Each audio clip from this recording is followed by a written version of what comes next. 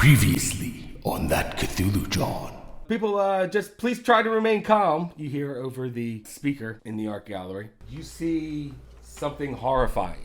You see what looks like a very tall humanoid-esque figure, but its arms are extremely long. It has long, sharp claws on it. Teeth are jagged and pointed. It has what looks like maybe some sort of horns or branches growing out of its head. You see on its forehead a small circular scar. As you're running towards the back, you see a hand reach over the auctioneer block, grab the auctioneer by its head, just lift him up off the ground with the statue in his hand.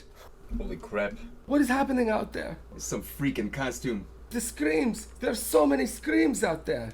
Someone starts yelling something very loudly, something in Russian. All of a sudden, all of the air kind of almost gets sucked out of the room. It seems like the weather had just suddenly cleared out of nowhere. Someone else kind of runs up real quick, grabs the statue. Hey there, that doesn't belong to you. Can I take after him? I'm going to say you punch him right in the gut, but you wind up breaking a rib on him. And this guy drops down to his knees and just kind of completely knock the wind out of him, and the statue falls out of his hands. I pick it up and start walking back to the gallery with it. What the shit? It's broken. It's useless. It's worthless now. I feel like I'm just running down the street like a lunatic. Someone needs to help them. Some of the people look like they were kind of scratched up. To Walter, they just got hit with glass or something, right? He's not exactly sure what the hell just happened in there because he never even saw the weird creature, right? Eventually the police do show up. Seems to be a pretty common story. What we're hearing is some sort of wild animal might have gotten in here. There wasn't any snow anywhere else. It was so thick inside that you could barely see anything. There was so much confusion and yelling, and I don't know, it was just, it all happened so fast.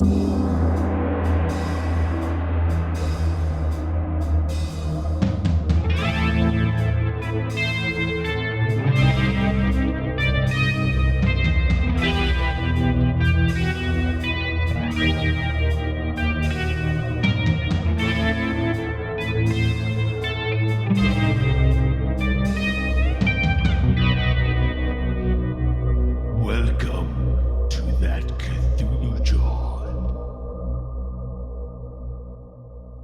Hello, thanks for joining us for that Cthulhu Jawn episode 6. We are a real play called Cthulhu Podcast. I am George, your keeper of arcane lore, and with me are my friends and investigators, Chad. What's up? Chuck. You. And Jenny. Hello. All right, so guys, last time we left off, there was a big attack at the Ventucci Art Gallery. Some people got killed, some people got maimed. Some people got punched.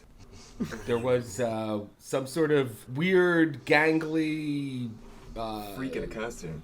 monstrous humanoid figure that you guys saw. Well, most of you guys saw. Oh. Walter actually did not see it. Now what did I do with them spectacles? It's a good thing I wore my plot armor. So, after that attack, the statue there was this bit of a skirmish with the statue. Someone tried to make off with it, but thankfully Lenny stopped that from happening, and he managed to bring the statue back to the curator, who then lamented that the statue was not destroyed but damaged in the chaos that had ensued before. Lenny, where did you go from there after you dropped off the statue with the curator? I had gone out the back door, where Walter and Heather had gone.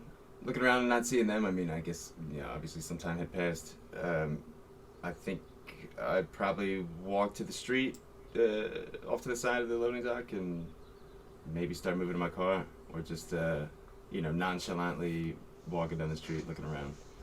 Okay. You don't see anything. It's actually eerily calm around here right now. I'm probably pretty shook, watching over my shoulder. Mm-hmm. You did see something That was otherworldly, fucking weird.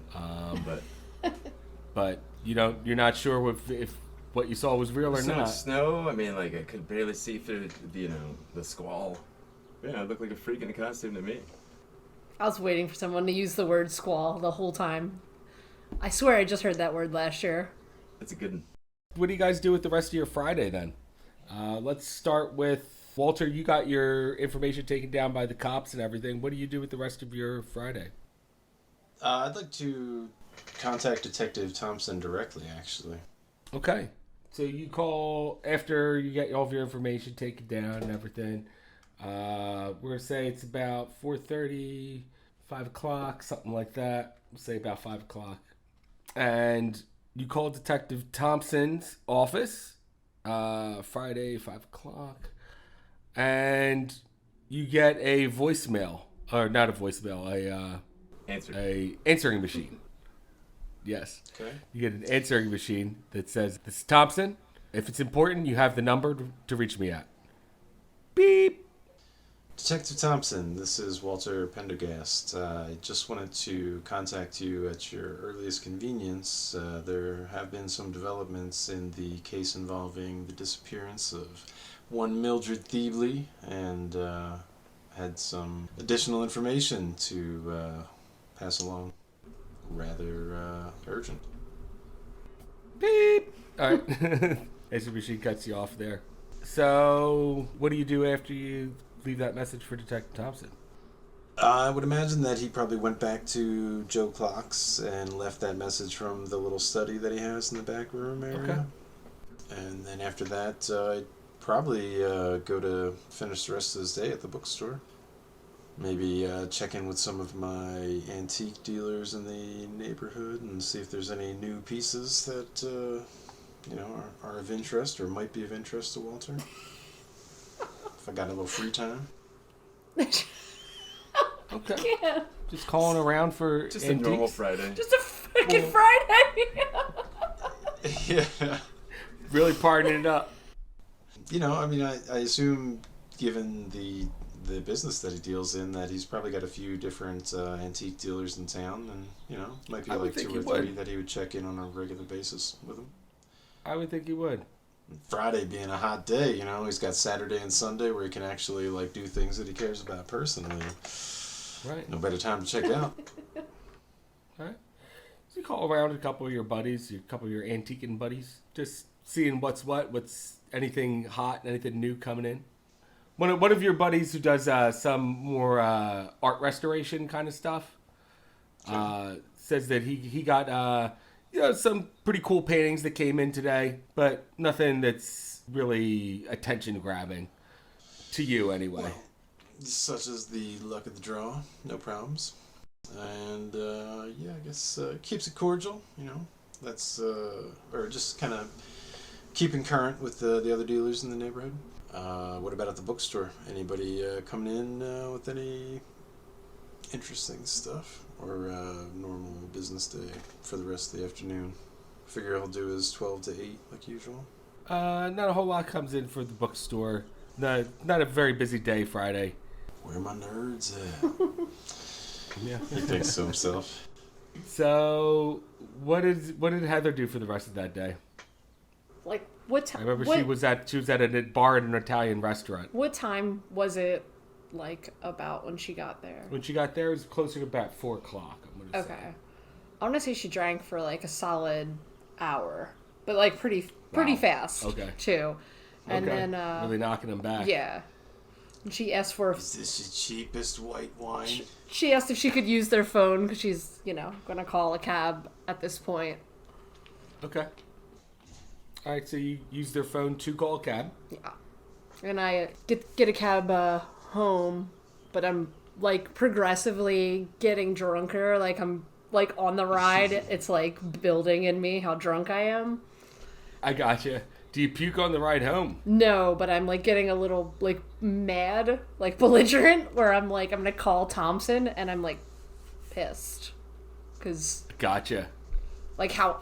Okay. Yeah. So then I get in and I call him. When you get home? Yeah.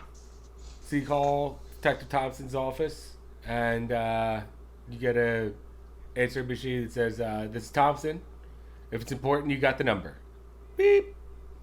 Thompson, this is Heather. Millie's niece, the one with the statue that you never heard of, but there's an auction that's all over the TV about it, and you never heard of it, and now there's a bloodbath. If you could give me a call back, that would be great.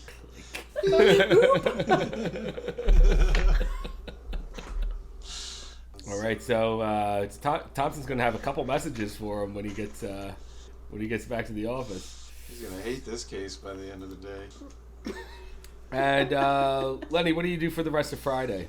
I think after I got back to the truck, I probably would have drove around a little bit to see if I could find Heather. But I mean, obviously, I'm not gonna start looking through businesses and stuff. So if without seeing her, I suppose I might head to, I don't know, I might just head home. Listen to the news radio. All right. So Heather, after you get home, you call Detective Thompson. You do have work tonight at the bar. Oh, shit. Yeah. Your shift doesn't start till 6:30. All right.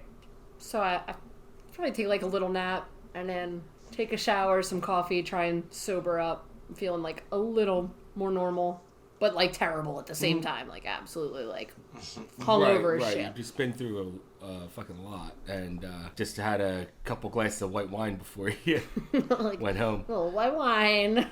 Going to work drunk. I had like. You're supposed to get drunk at work, wine. not go to work drunk. That's absolutely right.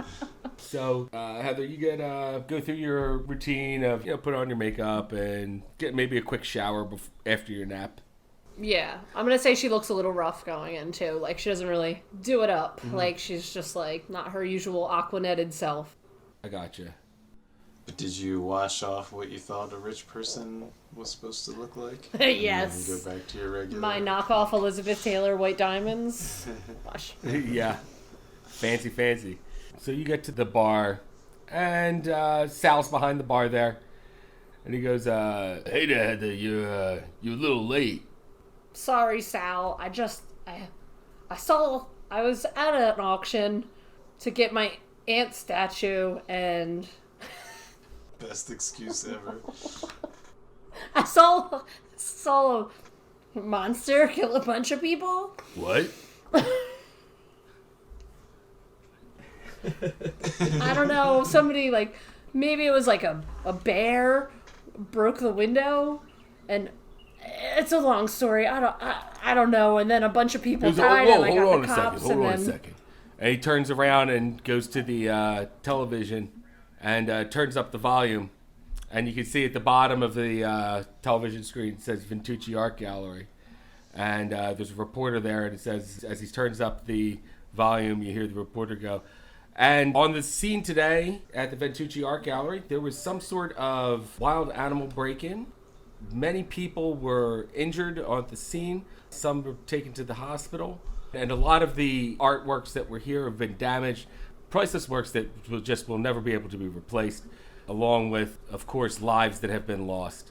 Real shame here out in Bala-Cynwyd. Back to you, Steve. And it goes back to the other one. And Sal turns the volume back down, turns back to you, Heather, and goes, "Were you involved with this?"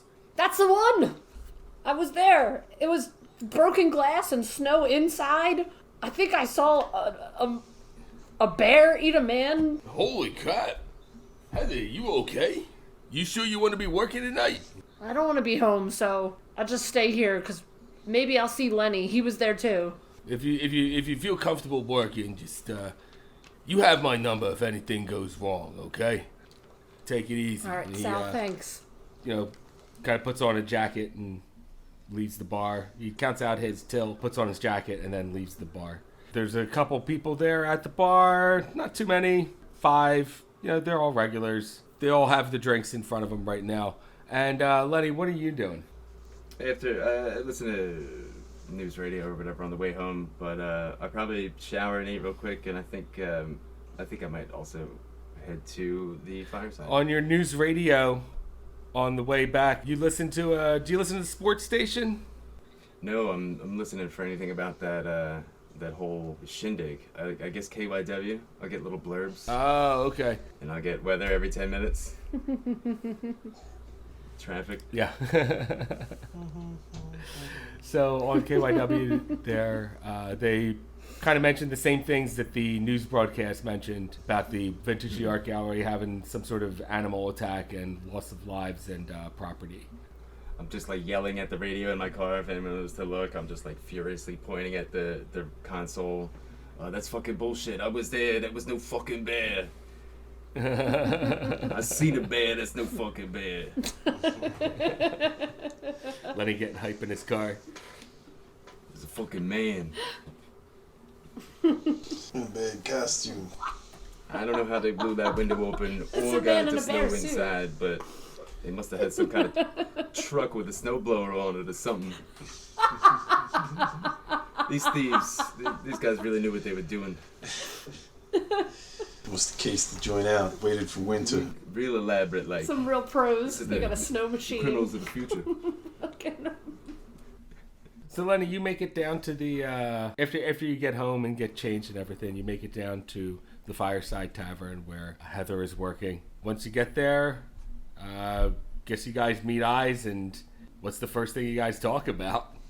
I kind of give her a nod and look around at all the other people. I go to my usual spot. I lean over, put down some money. I say, "Holy shit!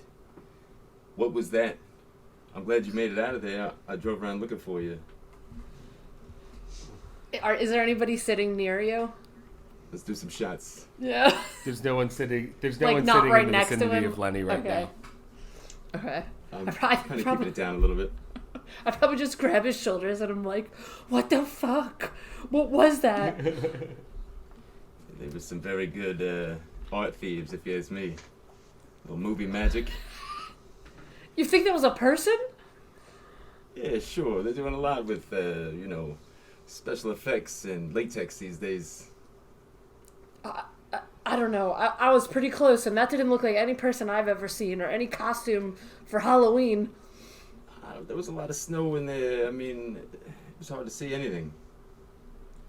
What about your old man buddy there? What happened to him?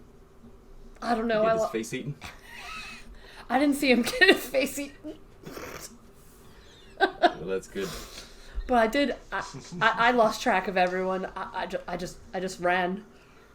Holy shit. How did you get out? Well, I kind of hid in the office for a little bit. I chased down a would-be thief. Wait, the ones that broke the window? No, one of the guys sitting there, he grabbed the statue and ran. So you have it? No, I went back to the gallery. I thought about it. It would have been me stealing it if I kept it. I couldn't do that. I did the right thing. But I think it might be broken. That Italian broad, she had some choice words that I didn't quite understand. How can you even tell when it's broken? That thing was horrifying. I mean, we know an antiques restorer. Maybe we'll get maybe get the old guy to call him up. Well, I know that statue probably should belong to you, but I guess that's for the police to figure out. Sorry there, Heather. Oh, I don't even care. I'm just glad I got out alive. You too. I don't think you want that thing around. Too many bad memories as it is. I don't know how I feel about that statue anyway, but I'm curious if old man Walter got out. He's a tough old battle axe. Oh wait, You have his card. That's right. I think I He's call leaving him. those on my window with little notes. I'll throw them away. On the other side, it says "Stop parking." Yes. Stop You have parking parking 4 out fifths front of of the your way in the house. Why do you street. park out front of my house? Don't move my trash cans. That's such a South Philly thing. Yeah, he puts a chair in the Yeah, street the when chair. he pulls out. Oh fuck. All right. So do you give Walter a call from the bar? Yeah, I forgot I had his card. So yeah, I want to say that I say to Lenny, "Am I crazy if I give him a call? I'm a little worried for him." He seems like your aunt's friend. I mean, I guess he's wrapped up in this too. And if you're worried, give him a call. Who cares? All right, so I definitely I give him a call.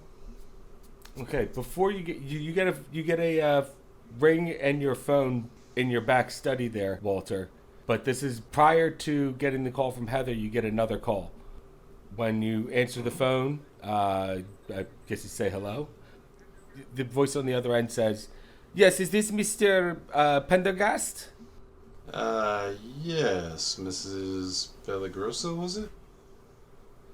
Yes, this is this is Vanessa Bellagrosso. Oh, I didn't know your first name. What can I do for you? Well, Mr. Pendergast, there was the auction today where there was a horrible accident. I still don't know what exactly happened. However, our main piece, the Djukanovic statue, was damaged in the process of the chaos that happened today, and we needed to be restored. We were wondering if you do restorations of artwork, sir. Well, I am not specialized in artwork specifically, but I'd be happy to take a look and see if there's any skill I might lend to the situation. She says to you, very well. I will come by tomorrow to your bookshop to drop off the item in question. Well, yes, I suppose the To go over it with you, you see. gallery is quite a wreck, I suppose. There'd be no point coming there. Very well. The bookstore is on Chestnut Street, and I give her the street address. Okay. But come to think of it, I'm not generally here on Saturdays. What time would you like to meet? Takes out his planner and pencil. Okay, so she wants to meet you tomorrow. She'll meet you at the bookstore. How's noon sound, she asks. Yeah, that sounds perfect. I'll make sure to get here a little early just in case. May I ask, how severe is the damage, and what portion of the statue received the damage?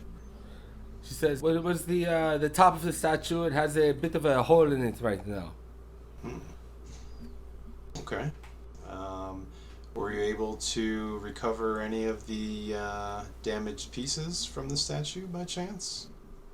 Or will we be fabricating something new?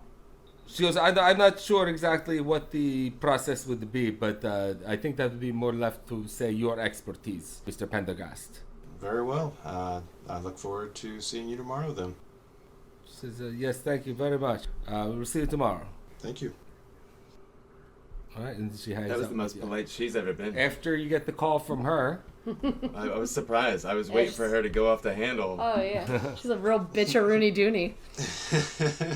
Now she actually needs something. She's not like mega bitch. and after you get the call from her, though, you get another phone call in your back room. This time, when it answers, it is Heather. Oh, Heather, thank goodness. Are you okay? Yeah, I just wanted to check in on you. Me and Lenny are at the fireside, and I don't know what the hell we just saw, but I just wanted to make sure you were okay.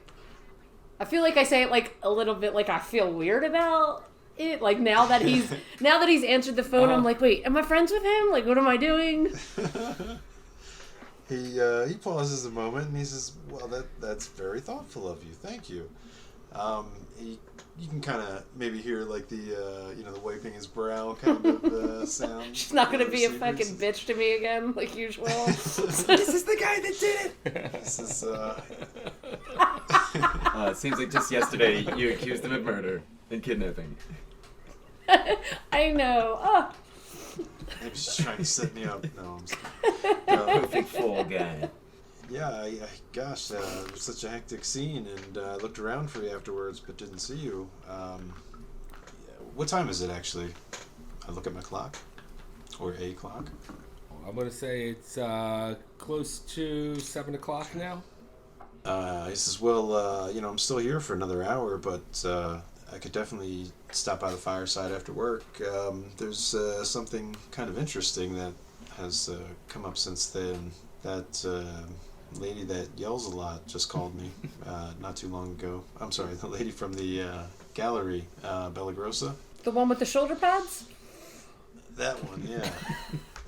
I guess if you guys stick around, I'll get there when I can and fill you guys in then. I'm not going anywhere.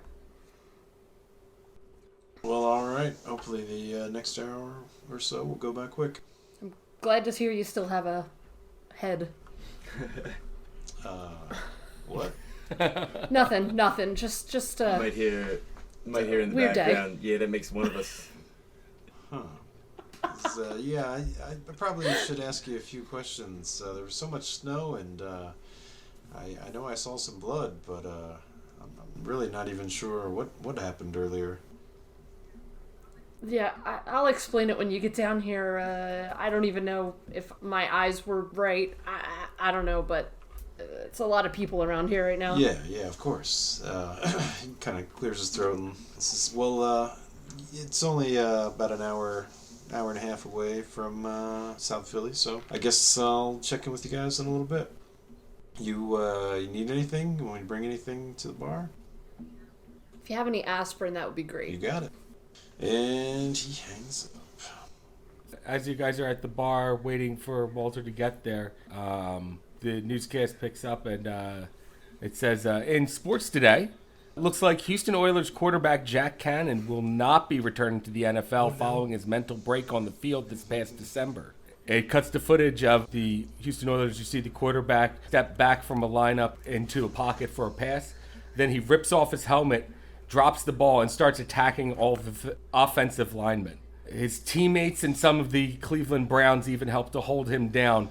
And you see the camera start to zoom in on his face, and he's screaming, "You're all dead! None of you are alive! Can't you see? Can't you see it now?" And then it goes back to the sports reporter, and it says, Jack Cannon has no prior history of mental breakdowns, but that pressure can get to you. What the fuck? All right, so next hour or two passes by pretty quick before Walter finally gets there. Walter, you enter in the Fireside Tavern. And take a look around. How many people are up in this place by the time I get there? By the time you get there, there's 7 people there, including Lenny. Okay. Well, if anybody makes eyes, give them a nod. Hey there, Walt. Hang my jacket. And take a seat down there next to Lenny. Hey, pal. How are you today? Glad to see you made it out of there.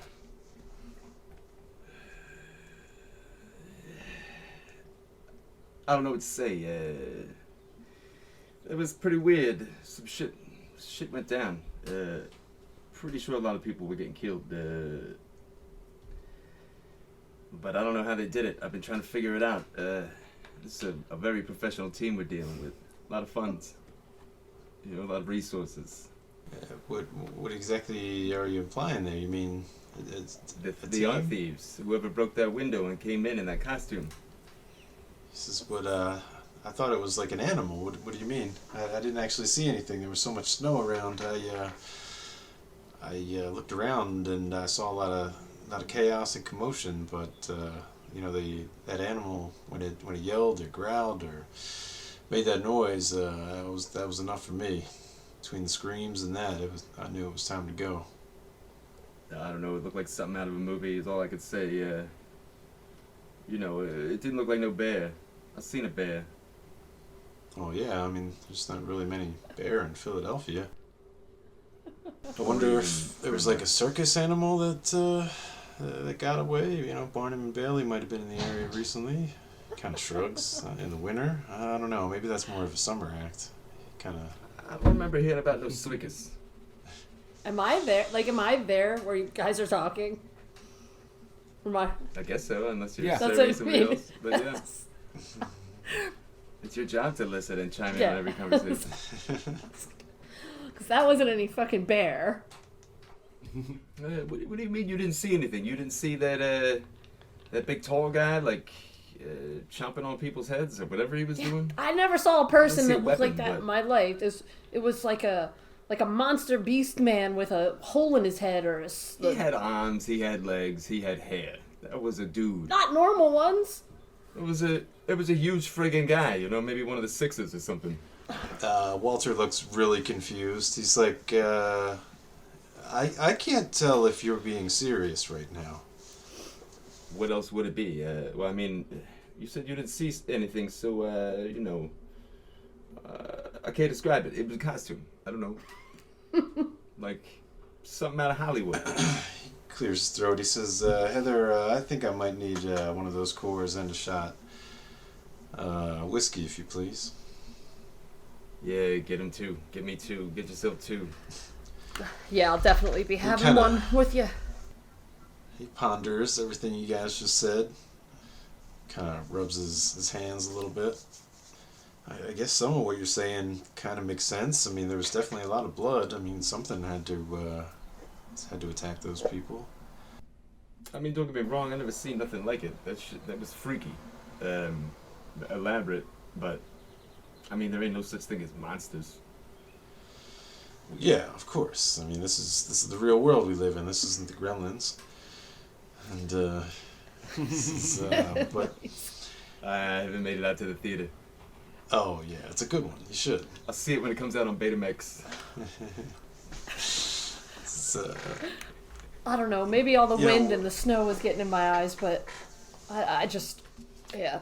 Maybe I'm too shooken up. Maybe it was Wilt Chamberlain. I don't know. You got a lot going on this week. You know, it's still missing, and you know, now all the freak weather and bear attacks, I guess. Yeah, you're right. I gotta get my head on straight. You're just a little shaken. There's no way that was some kind of creature. So Lenny's a little skeptical of everything that he's actually seen. Even though he's seen it with his own eyes, still skeptical of it, huh? You know, there ain't no such thing as ghosts or monsters or aliens or predators or big feets. slams an empty shot. Well, not slams, but sets an empty shot glass down. Takes a few swigs off his beer. He says, well, I guess at the very least, we got to tell that detective there's some kind of connection there, right? Oh. This is, Don't invite him around here. Funny thing, I may have tied a bit of a load on and called him when I got home, and I wasn't great. I don't fully remember the whole thing, but maybe I'll leave the next call up to you, Walter. well, yeah, I guess at this point I'm waiting for a call back, but he says, with that in mind, I mean, from what Millie told you, I mean, you think that's the same statue, right? I mean, I never actually saw it, so I can't say for 100%. It's gotta be. It was disgusting, it's and what she described was so disgusting. specific. I mean, how many statues really look like that? Well, that and the artist is pretty rare. I mean, he disappeared in the 40s, and nobody's ever seen him or heard from him ever again. I mean, how much artwork by this guy can there possibly be floating around in Philadelphia? I mean, how much artwork could he have ever made? And for that matter, having been shipped here to Philadelphia from Russia. That's why I don't understand why this freaking cop didn't call us. Like, he knows something. I'm telling you, he was lying when I talked to him. I know it. Yeah, there were some Russian guys there. You know, I wonder if they had something to do with it. You know, inside men. Well, that's the thing that I was going to tell Thompson. He says, right before I left, one of them shouted something in Russian, and then everything went quiet. Like, you know, like maybe they were giving the orders or something. Goddamn communist Ruski. He frowns a little bit at that, and he gulps down the other shot and sets that one down on the bar. Yeah, takes a few more gulps of that Coors. You guys want another It's round? like the one. This podcast has been brought to you by We're Coors. definitely gonna need another one of those. Takes the last And swig of the beer and sets that one down too. All right, so you guys kind of tie one on and discuss what happened during the rest of the day.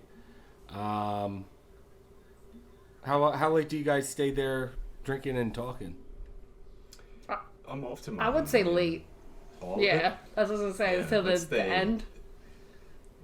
Let's do it, yes, mate. You know, close the windows, fucking close the curtains. Yeah, make you guys flip the Late. stools for me. All right. Well, Yeah. Walter says, right. well, at a certain point, probably like 11:30 or so, he's probably like, you know, I should probably slow down. I got to meet with that Bella Grossa tomorrow. She wants me to take a look at the statue and see if I can fix it. So she called me shortly before I came here. Just suit yourself. I'll have another. Me too. And he says, how about a water? All Gets right. a little drink in. Gets a little drink in while he gets his drink in. Yeah, he doesn't really drink all that much. I Right? mean, he does like to drink socially. I mean, I would imagine there's probably some Center City bars, the Gold Club maybe, and stopping events occasionally, and probably a few other favorites that are in walking distance to Chestnut Street. But I feel like he's a Grand Marnier he's not guy. like a heavy drinker. He's a smaller dude too, Grand so Marnier. Grand Marnier, can't really dude. drink too many. Probably like a nice ice cold Dos Equis or something.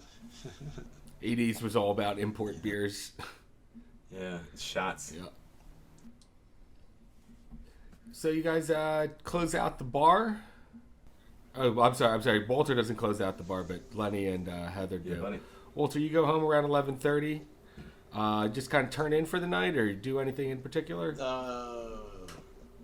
Probably. or do you close out the bar with these guys? No, probably wouldn't stay that late, but he would actually leave the aspirin, or at least offer some to Heather before he leaves. Because I was thinking that glass of water was probably going to be what he washed down his with, just in case.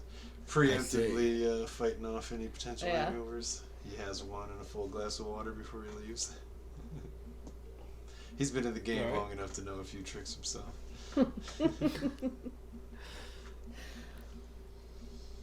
All right. So, Walter, you headed out a little bit earlier than everyone else. Go in home and just kind of turn in for the night? Yeah, probably drinks another glass of water, just kind of rehydrate, pass out. And Lenny and Heather close out the bar. Heather, or Lenny, do you walk Heather home? Yeah, I guess so. Stumble mostly. Kind of stumble, Both of us, yeah. Both of you probably stumble back to her place. Yeah. Sun's probably coming up, yelling. People are going to work. You get to your house. Lenny, you say your goodbyes. All right, be safe there. Sweet dreams. Heather, you come in. There's no sign of your roommate anywhere, but you do see a flashing light on your answering machine. Okay. I'll listen to it. So on your answering machine, message plays back and says, "This message is for Heather Snakehole. This is Roxborough Memorial Hospital calling. You've been listed for the emergency contact for Mildred Thiebley, and she has been turned up and is in the hospital with us now. She's in pretty bad condition, but if you could come visit her, please. What? Thank you. Call us back." No fucking way. I could have swore that bitch was dead after somebody had unloaded on her. Yeah. What time? It's daytime. Well, isn't that it's special? daytime now, right? Like the sun is up. Oh, you guys stayed that late. You like closed the bar and like Yeah. kept drinking. Yeah. I mean, Oh, okay. Yeah. All right. So it is daytime. Wow. Okay, so yeah, you got a message late last night on your answering shit. machine. bad timing. I guess I call the hospital. I don't know. I want to say I just get a cab. Like I'm like pissed drunk, and like not like making a whole bunch of like logical sense. So I just like immediately call a cab to go down there, like in the same outfit. Just fucking. All right. So Heather, you take a cab all the way up to Roxborough Memorial Hospital. We said the sun was coming up, which means it had to have been like 7 a.m. or something like that. We'll say it takes about another hour to get to Roxborough Hospital. When you get there, people at the front desk direct you to Millie's room, or to Millie's floor. And the head nurse on the floor stops you and says, Miss Snakehole, was it? You were here to see Miss Thiebley. What's your relation to her? She's my godmother, but I grew up like she was my aunt. She says, okay, well, I hate to be the bearer of bad news, but she's in poor condition right now. She was found on the side of the road, bloodied up and with lots of cuts on her. We're not exactly sure what happened, but she was found not only just battered, but also naked. And we don't know exactly what happened to her. She's right now not conscious. She's been in a coma. So they show you Millie in her hospital bed. She's hooked up to all kinds of machines and stuff, but nothing that's like pumping her lungs, but everything that's keeping track of her vitals. She's got that little heart monitor thing going on. She's got a bag full of fluids that they're dripping into her.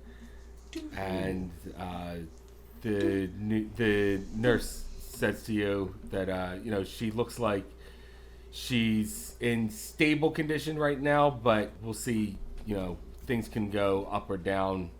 We're not exactly sure how this is going to turn out, but the stable condition is giving us hope right now.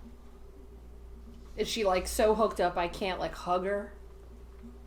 Yeah, I'm going to say you go over to hug her, and the nurse stops you and says it's probably best not to, really touch her right now. You can hold her hand if you'd like. Okay. So I sit down next to her and hold her hand. Is she like, can she talk? Like, or is she like all... She seems unresponsive. Okay.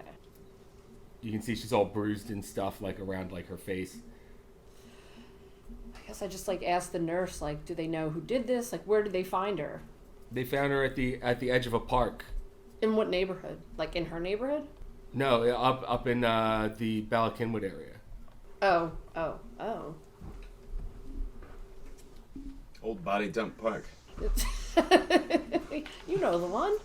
I don't know. I guess you just asked the nurse, like, who brought her here? Who found her? Like the police found her on the side of the road. Again, she was kind of naked and covered in blood. How long has she been there? She's been here since 8 p.m. yesterday. I don't know. They probably just say, like, I'm gonna find out who did this to you. And I'm still drunk. Like, yeah. So I'm, like, being, like, weirdly, like, extra, like, I'm gonna find out who did like, this to petting you, her hand. Millie. I love you. Yeah, like, just... You're swearing revenge at this point. Yes, exactly. I will avenge Drunkenly her. swearing revenge. Yeah, all while, like, kissing her hand and being like, Makes sense. is there a phone in there? There is a phone in there.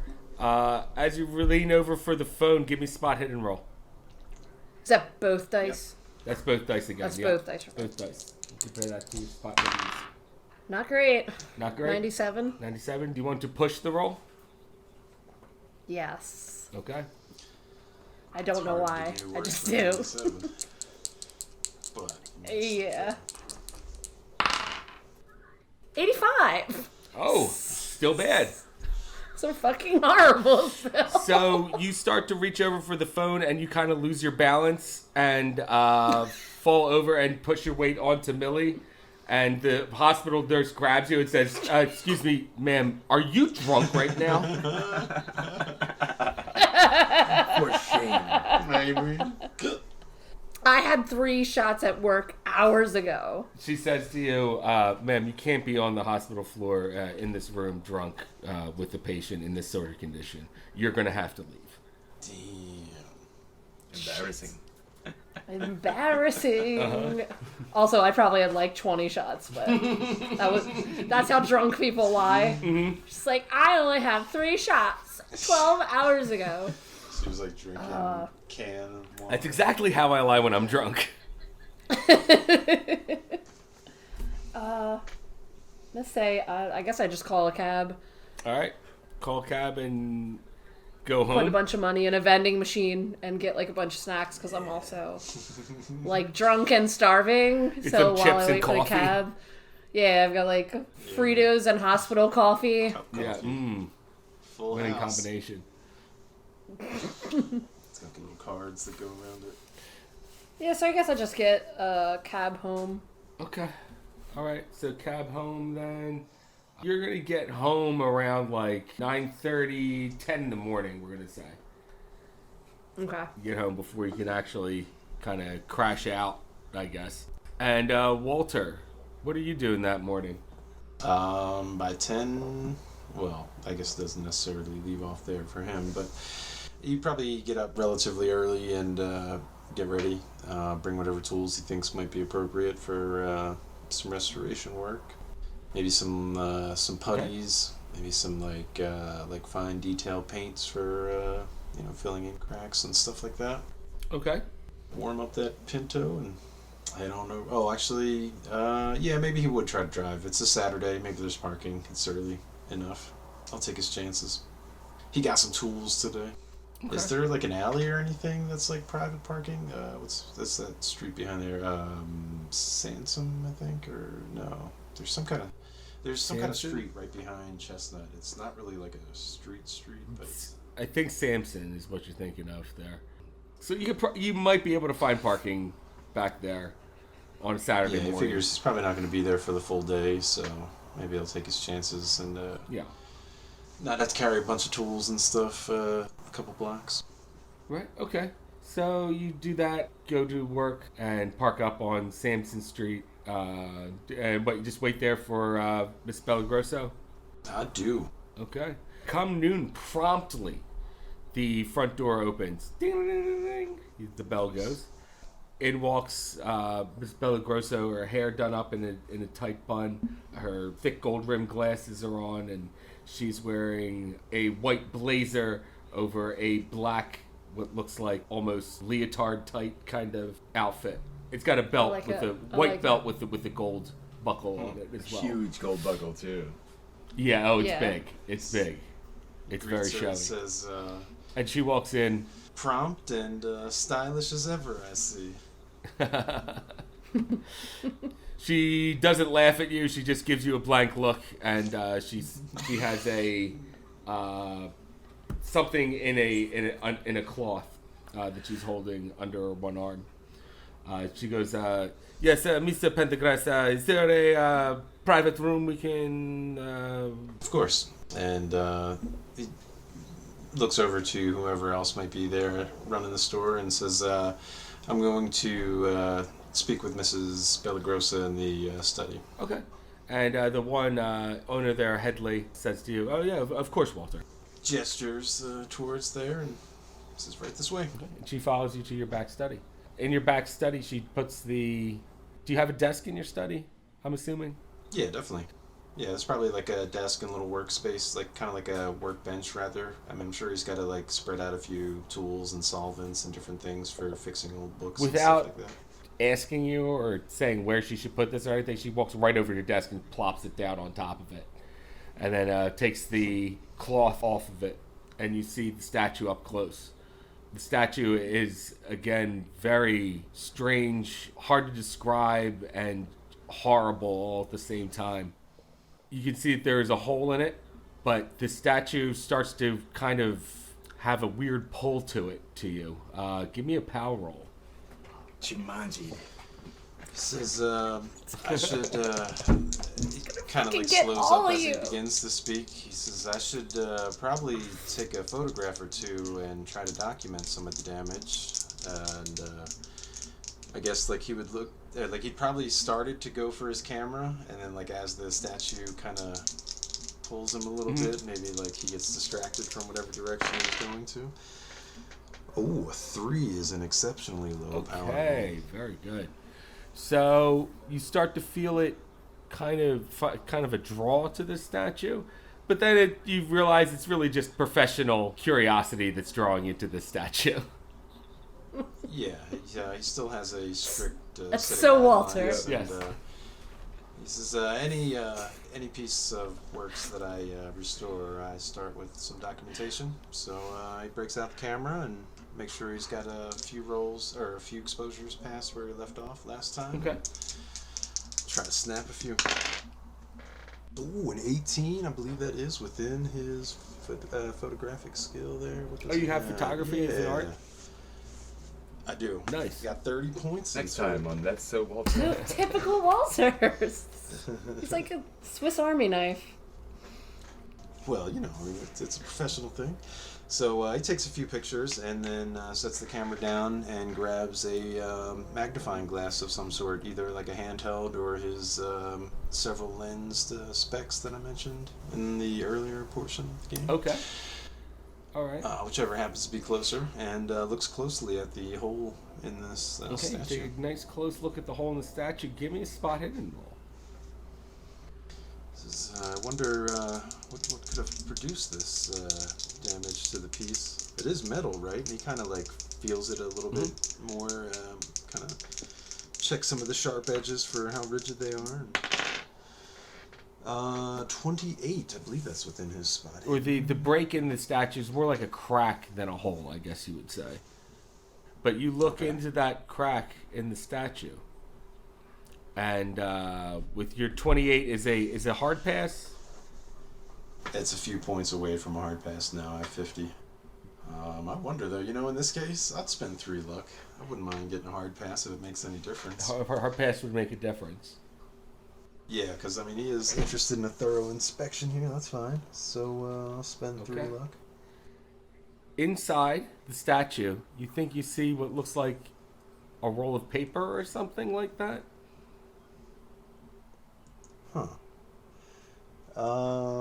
He doesn't say anything about it and kind of plays it off.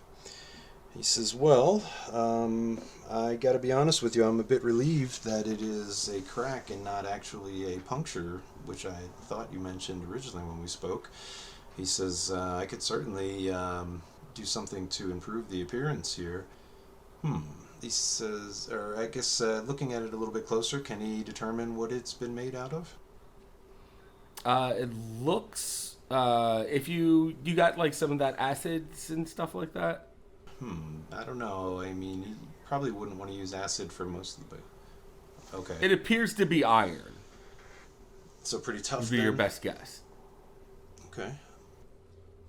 Says, well, I mean,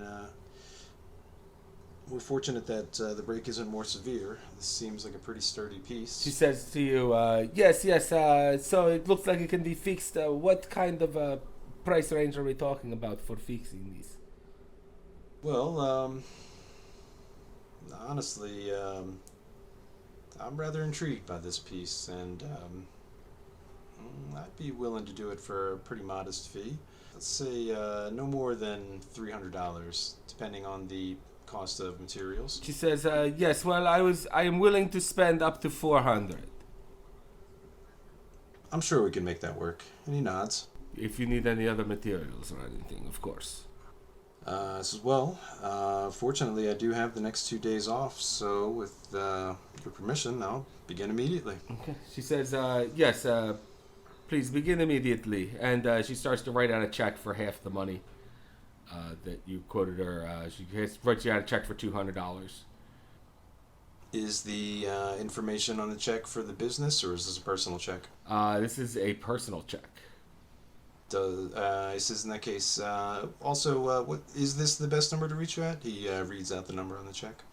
Or is there a better number to reach you at the studio? She says, I'll tell you what. She says, either call the studio, which I am at most of the time. Here's my home number. Oh, very well. And then he updates his planner and the page that has any information pertaining to her. Very well then. I'll get to work and update you as soon as I know a little more and have something good for you. She says, okay, very good. I feel like Walter's the kind of dude that would update his accountant right away. You know, oh, I just made $200 on a side job. Absolutely. Yeah. And make sure that, like, you know, he's paying taxes on it and everything. So he nods and covers the statue back up and escorts her, or I mean, you know, walks her out if she's ready to leave. Yep, she leaves. All right. And looks back to Headley and says, I'll be in the back for a bit. I've got something interesting to work on. And he says, okay, that's fine, Walter. You know, take as much time as you need. I mean, it's his day off, so he's kind of just right hanging out. But he says, if anything comes along that you need a second opinion with, just let me know. Absolutely. Then I'll head on back. All right. So, how big is this crack? This piece of paper or whatever I saw inside, does it look like I have the tools, like a thin pair of tweezers? It looks like maybe, with a or pair of something I can tweezers, you slip in might be there? able to fish this out. Well, I'm pretty intrigued, and I'd start to do that first. Okay, give me a quick dexterity roll. See how well you can do with this. Ooh, not the highest. Yikes. Better warm these dice up. I've had a few low rolls in a row here. Let's see if my luck can hold. Oh, that's so high. 92 will not do it. You want to push it?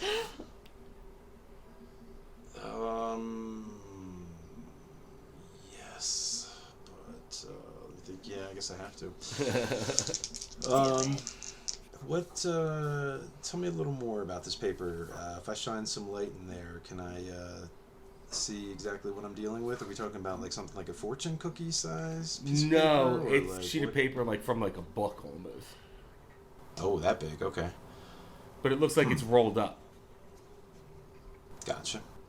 Well, yeah, I guess if there's any better light or something that might aid me, might have to do that. Kind of see if we can try. Yeah. I'm nervous about this note. Oh my goodness, that stinks. I just can't seem to reach it. Okay, so here's what happens. If you failed your pushed roll, you reach in and you start to pull the paper out, and you kind of hit a snag, and the edge of the paper tears, and the rest of it falls back into the statue. Damn, that's pretty brutal. Well, how much of the paper stayed on the tweezers? Very little. It's just like you just basically tore the corner of the paper. Okay. Well, I certainly don't want to lose that for whatever it's worth, so I'm going to find a small container to put that into in the hopes that I can reattach it to whatever piece of paper if I should get that out later. Okay. I guess maybe a silly question here, but are there any other... there's no other, like, points of entry to this thing, right? Like, it's... does it look like it was intentionally sealed in there? More or less, I guess. Kind of. Gonna have to open it like a coconut. It's the only way. Just like bash that open. You can try to suck it out with your mouth. Oops. Accident. What? I don't know why that was so gross.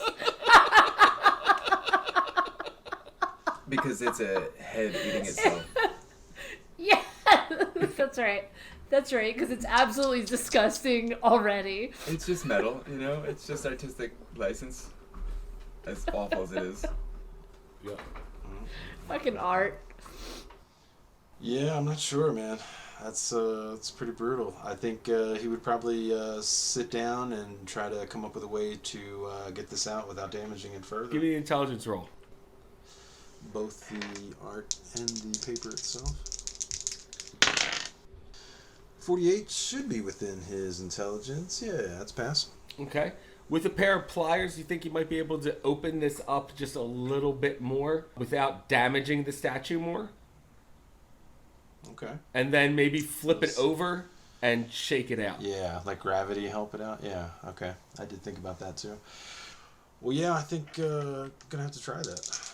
I hate to damage the piece, but honestly, thinking that Millie's probably not even alive anymore, and Oh, that's right. You don't know. yeah, I think he's probably less interested in the statue and finding out what this paper is.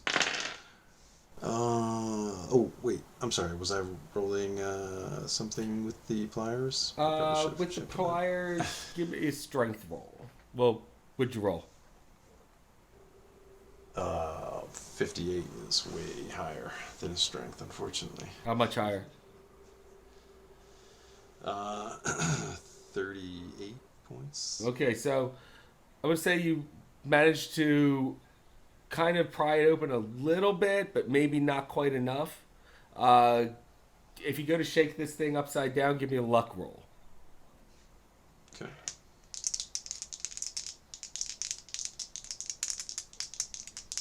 And even then low rolls again. 16 is pretty lucky. Okay, so this thing, you do manage to pry it open just enough and shake it. The edge of the paper comes out where you can see that it's totally rolled, and you can grab it and actually just pull it right out of it. And I do so. Okay. Carefully. You pull it out. And slowly. Do you unravel it? Absolutely. You unravel it. And what you see there is a sheet that is all written in Russian. Oh, good. Yeah, and we're going to end the episode there. Oh, man. On that note. It's a good spot. You're lucky Being you rude can't at read this it. point. You don't want to know. Yeah.